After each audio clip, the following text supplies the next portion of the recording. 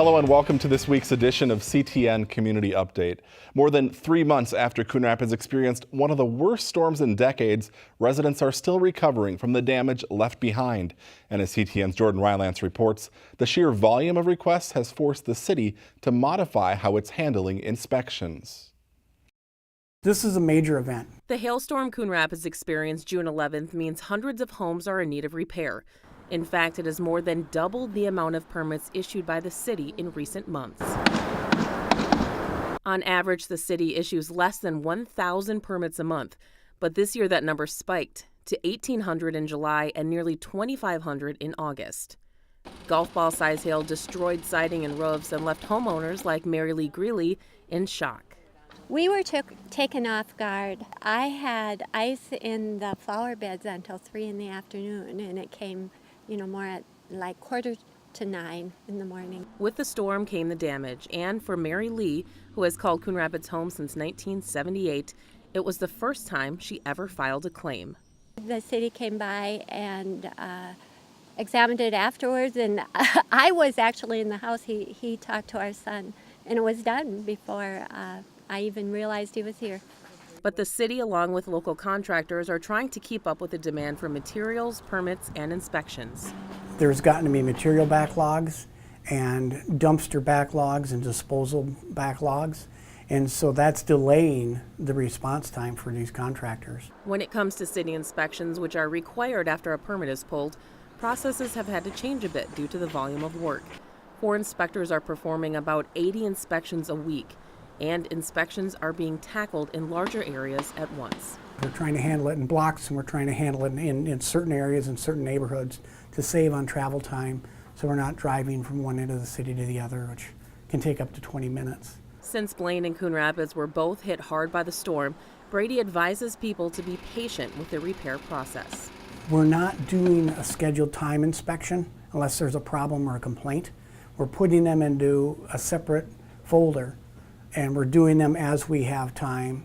For residents like Mary Lee Greeley, the work of the city and local contractors quickly fixed what Mother Nature destroyed. Overall, we had good experience. Another important point the city wants you to remember is to keep your inspection record taped to the front of your door so city inspectors can have access to it. It will either be yellow or white. And if you are getting a new roof, your contractor will leave photos of the ice and water barrier protection as proof with your inspection record. Those photos are important for city inspectors to see so they can verify the work was completed, so homeowners are asked to keep the photos with the inspection card. If the inspection card remains on your door and hasn't been signed, it means the city inspection has not taken place yet. Once it is signed, it means the inspection process is completed. And you can also look up inspection results on the city's online permit site, coonrapidsmn.gov/epermits. For CTN Community Update, I'm Jordan Rylance. If you'd like more information on how to find a reputable contractor for home repairs, just head to our website, ctncoonrapids.com, where we posted a link. Backed by popular demand, the city is hosting another informational forum about Orrin Thompson Ramblers. The forum will take place Tuesday, September 26th from 7 to 8:30 p.m. in the City Council chambers. Those in attendance will learn more about the quality of materials used, workmanship, and how to best take care of them. Orrin Thompson built 25% of the homes in Coon Rapids starting in 1950s. Expect another big road construction season next year as the city continues its push to accelerate the pace of street reconstruction in Coon Rapids. On Tuesday night, the City Council ordered the preparation of plans for the reconstruction of nearly 50 road segments totaling nearly 9 miles. The streets proposed for reconstruction next year are between 27 and 50 years old. Informational meetings will be held in October to give property owners more information on the projects and answer questions. A heads up for motorists who use Coon Rapids Boulevard Extension. The roadway will be closed at the Burlington Northern Santa Fe Railroad track starting Monday, so CenterPoint Energy crews can perform gas main replacement work in the area. Detour will be set up. The work is expected to take between 3 and 4 weeks to complete. Mercy Hospital is starting to see its parking crunch ease up with the opening of a new parking ramp. The ramp, which features 329 spaces on 3 levels, officially opened to cars this week. The ramp was constructed on the north side of the hospital and is available for patients, family members, and other visitors. It's just one of several projects in Alina's long-range efforts to upgrade and strengthen healthcare services in the North Metro area. The biggest expansions are the front and back of the hospital at Mercy. We're redirecting all traffic to a new main entrance that'll open on November 20th of this year. And along with that, a 300 spot parking ramp, stall parking ramp. So it kind of redirected the main entrance to the hospital so people can come in, park closer, and be closer to where they need to go in the hospital, whether it's the ED, surgery, go visit patients in the towers. Connections from inside the parking ramp to Mercy Hospital will be finished sometime this fall to allow direct access from the ramp to the medical center. The police department has secured 1 federal grant and is hoping for another one to help keep our roads safe and improve officer training. This week, the City Council adopted a resolution accepting funding for a full-time DWI officer. This is the 3rd straight year the department has received the funding. Also, the police department has applied for a grant to purchase an interactive use of force training simulator system.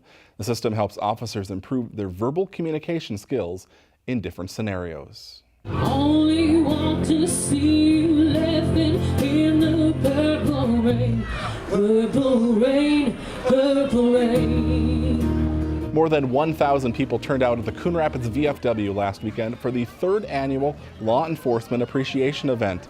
This year, the event moved from the American Legion to the VFW to give it more space for all the food trucks, entertainment, and activities, including Dunk-A-Cop and a rock climbing wall for kids. Back in 2015, all these police officers were getting killed for no reason, just sitting in their police car pumping gas. So I wanted to do something to show our community how much we appreciate them. So in 2015, we started the Law Enforcement Appreciation event. Last year, the Rock On Law Enforcement tribute truck made its debut, and it returned once again this year. But a second truck was also added, one that honors fallen firefighters across Minnesota. All the money raised from the event is split between the nonprofit Backing the Blue Line and the Minnesota Law Enforcement Memorial Association. Well, this week, the bids went out for bunker renovations at the Bunker Hills Golf Course. The project is expected to begin next March and be completed in May. Over time, sand bunkers deteriorate and liners become exposed. The plan is to renovate all 33 sand bunkers, which are on the original front 9 holes of the golf course. The new design will make the golf experience more enjoyable and quicker to play. The bunkers will have grass faces. So instead of the sand being splashed up on the face, which requires a lot of maintenance and a lot of time, this would be sand sides down to a flat bottom. So a lot of the bunkers will be getting substantially smaller, about half as big as they are, and it'll have a nice, smooth, flat sand surface at the bottom of them. 9 holes at Bunker Hills have already had their bunkers renovated this year, and golfers have given them rave reviews. If next year's bunker renovation project goes well, they hope to renovate the bunkers on the entire west course in 2019, which will complete the project. It's homecoming week at Coon Rapids High School, and that means the crowning of a new king and queen.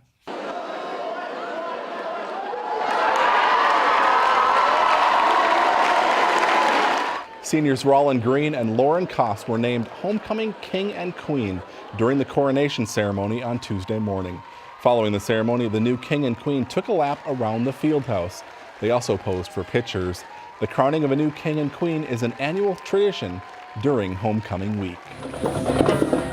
Cardinal spirit was running high on Wednesday night as the annual homecoming parade made its way down Northdale Boulevard.